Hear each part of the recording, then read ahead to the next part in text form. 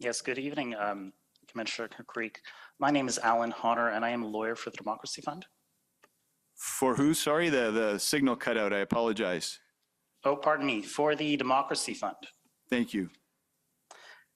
Commissioner, as regards the Ambassador Bridge blockade, I understand that the Windsor Police Service were the police of jurisdiction, but the OPP took the lead in coordinating enforcement. Correct. In cooperation with Windsor Police, yes. Right, and you told us that part of the reason for that was public trust, but wasn't another reason that the Windsor Police Service were not experienced with large protests? I can't speak to the extent of Windsor Police Service's experience, but they certainly would not have the experience of a large city like Toronto or Ottawa. And this protest at the Ambassador Bridge, it was a large protest. It was what, sorry? It was a large protest. I can't specifically state the numbers, but I would define it as a larger protest in terms of impact. There were a number of motor vehicles, there were a number of people, and it took over 400 police resources to deal with that protest. I just want to ask you some questions about how the OPP and their partners managed to clear that protest. And so I understand from your evidence earlier today that the injunction, while it was helpful, it wasn't effective in isolation. Correct. What was really effective was the operational plan of February the 12th. Is that right? Yes, it was the operational plan of February 12th that enabled the police actions to successfully disperse the blockade, yes. And they were able to successfully disperse the blockade at the bridge on February the 12th. Does that sound right to you? Between February the 12th and into to February the 13th. It was a two-day operation. So can we pull up OTT 40689?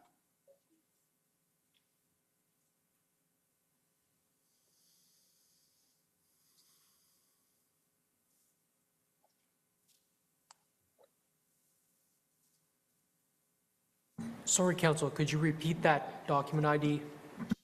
Yes, OTT 406819.0001.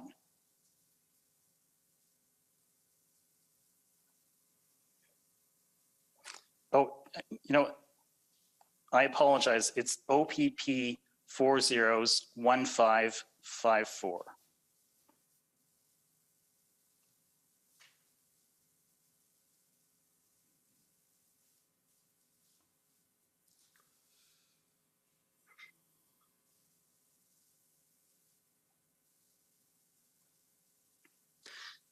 Sorry, if you see this document, it's an email from Commissioner Lucky to you.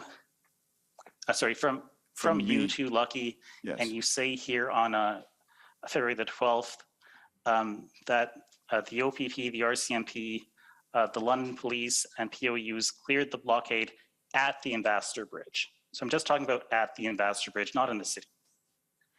Yeah, so there was a large piece of geography that the officers had to contend with. So the specific blockage at the bridge was cleared on that date, and they still had more protesters that had to be cleared out of the general area to ensure that that was secured. And that happened on the 13th? The second portion of the operational plan happened on the 13th, yes. Yes, thank you. And then in the early morning of the 14th, the Ambassador Bridge opened to traffic. Is that right? That is correct, yes. Okay, and obviously that was before the invocation of the Emergencies Act. Yes, it was.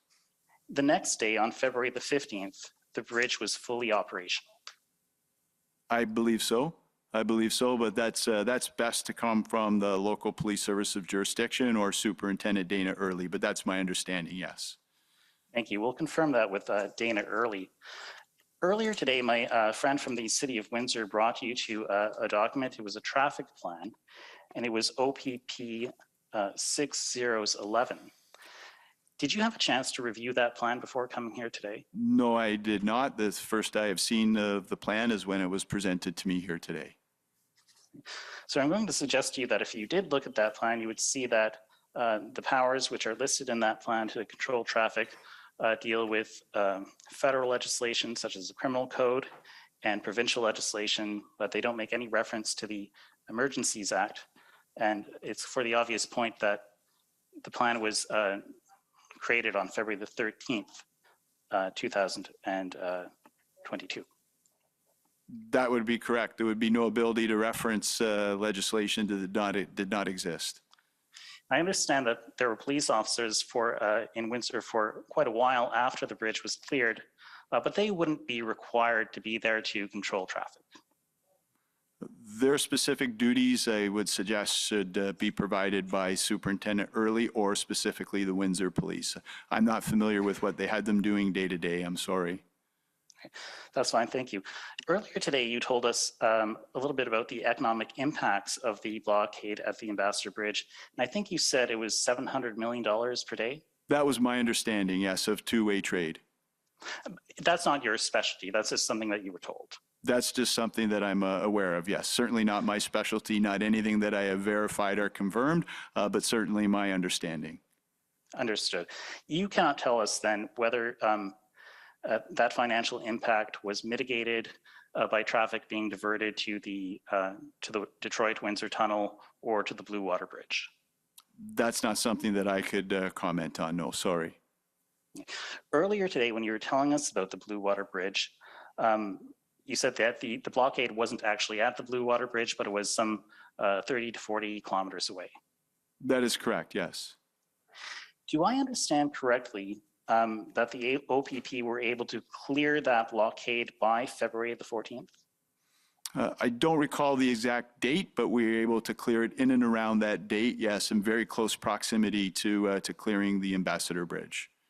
Okay, and in any event, when you cleared that blockade, what was very useful was the PLT teams and the risks caused to the protesters by the EMPCA.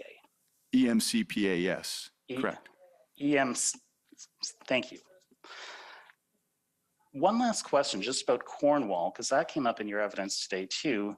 And you said that there was a point of entry in Cornwall, which was blocked on February the 12th, and that there were significant concerns there.